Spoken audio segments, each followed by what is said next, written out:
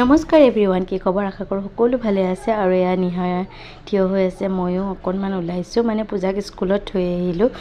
চাওকচোন যি মানে ল'ৰা ছোৱালী থকা ঘৰত অৱস্থা, বিচনা চাদৰ এতিয়ালৈকে পাৰিব পৰা নাই, মানে কেতিয়া পাৰিব পাৰিম তাৰো ঠিকনা নাই। আৰু তাই এজেগালৈ যায়, আজি তাইক এজেগালৈ লৈ যাম, ক'লৈ লৈ আহিছোঁ জানেনে? এয়া আনিছোঁ অংগনবাড়ী স্কুললৈকে। তাই এনেও স্কুললৈকে যায়, তো সেইকাৰণে লৈ আহিলোঁ তাইকো ওচৰতে। আৰু এইখন স্কুলতে তাইক মানে ডাঙৰ হোৱাৰ পাছত, আৰু এতিয়া যিহেতু তাই 1.5 বছৰ 2 বছৰ পাছত তাই এইখন স্কুলতে আনিম বুলি ভাবিছোঁ।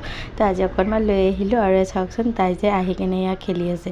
আজিকালি কিছুমান অংগনবাড়ীত নাই, মানে মোৰ মাৰ ঘৰৰ ওচৰত যিখন অংগনবাড়ী তেতিয়া তাতেতো একোৱেই নাই, মানে এইখন হৈছে মই য'ত আছোঁ তাতে একদম ওচৰতে আছে।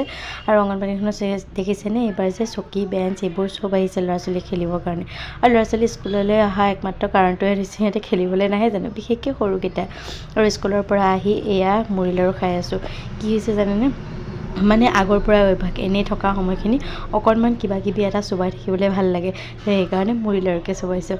আৰু এয়া চাওকচোন, নিহাক শুৱাই থৈছিলোঁ, মই যে মুড়ি লাড়ু খাই আছিলোঁ, তাই শুই আছিলে। আৰু এয়া উঠি লৈ ধুনীয়াকৈ হাত ভৰি চব মেলি তাই দেখিছেনে মুখখন, শুই উঠি ছোৱালীজনীয়ে নেকান্দে, এইটো ছোৱালীজনী বৰ ভাল গুণ।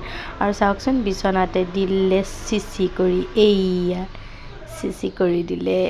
ভিডিঅ'টো চাই আপোনালোকে আকৌ ঘিণ নকৰিব, সৰু ল'ৰা ছোৱালী নহয় জানো, অকণমানি ভৰি দুখন মোৰ কলিজাজনী।